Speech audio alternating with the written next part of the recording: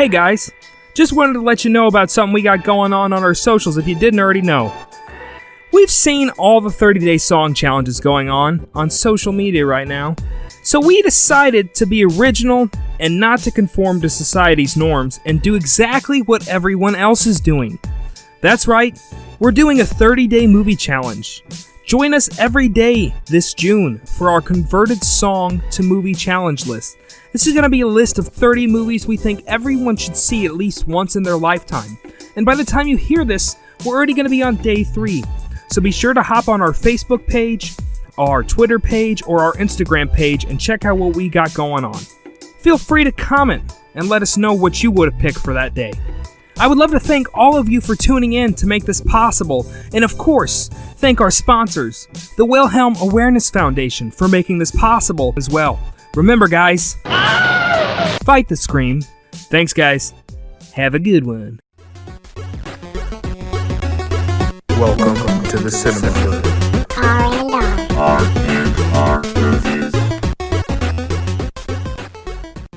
What up? Welcome back to yet another spoiler-free review from R&R. It's your boys, the two self-proclaimed critics, the two broccoli busters, the tall one and the ugly one, the two cinema hood-building cinephiles. This week we watched the film that almost never was, The Current War, one of the last films produced by the Weinstein Company. Shh, you're not supposed to say that name. And caught in the midst of the company's closure in 2018. We saw a few trailers for this film, but just before the release, scandal struck, and the film entered a state of limbo until it was distributed by Lantern Entertainment. The only thing we've waited longer to see is The New Mutants, which is once again pushed back to August. The Current War is, well, about the war going on currently. I mean, why else would it be called The Current War if not? Electrical current. You guys, Bob says it's talking about electrical current. Yeah, sure, Bob. The next thing you're gonna tell me is that words can have two meanings. Anyways, our film takes place in the 1880s and 90s, showing America at the end of the Industrial Revolution. Following the recent invention of Thomas Edison's light bulb, we witness a literal war of the currents. AC, or alternating current, versus DC, or direct current, also known as AC/DC. Yeah! You can do it! It's electric! Woogie, woogie, woogie! The film shows the war, kinda like current war, between George Westinghouse and Edison as they fight to industrialize every inch of America with the newly captured electricity.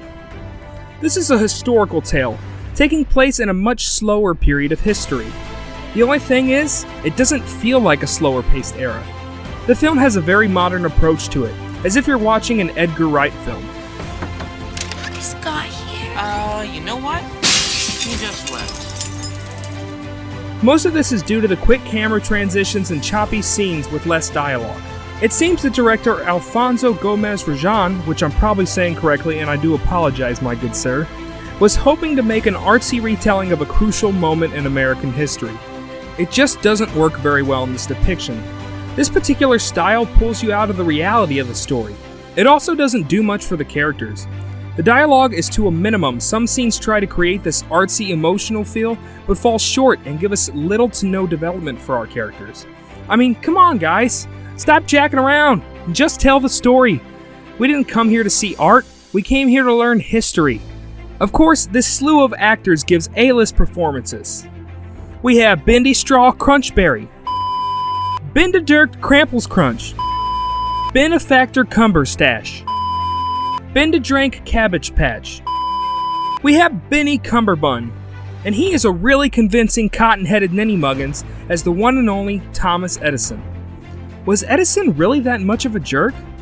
Like, all the time? Mikey Shanshan is the businessman, George Westinghouse, who you probably don't know even existed. But then you suddenly realized how many things have the name Westinghouse on them.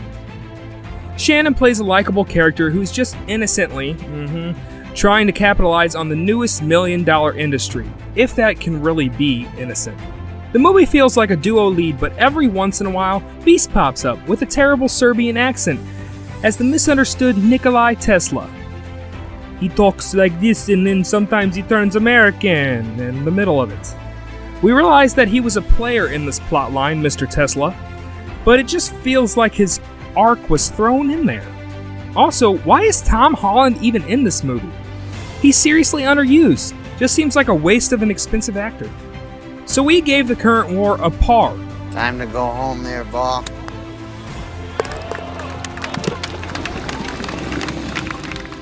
Or 3 out of 5 shattered light bulbs. The style just kind of throws it off.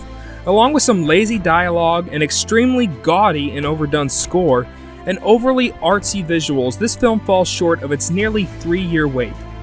We were excited for this film from the very first trailer. Yet again, our expectations have been lowered. Great performances, a potentially great story, a not so great adaptation. Well guys, that's all the time we have for today. Give an extra thought the next time you flip a light switch to the jerk who made millions off this world's altering invention. Thanks for tuning in, and remember, it's always a beautiful day in the cinema hood. Yeah! We gonna rock down to Electric Avenue, and then we'll take you higher. Yeah! Everybody, 32 teams in play. That means 4 wins is gonna get you in the final match, with that 5th win getting you the 50K that everyone's chasing. Hot.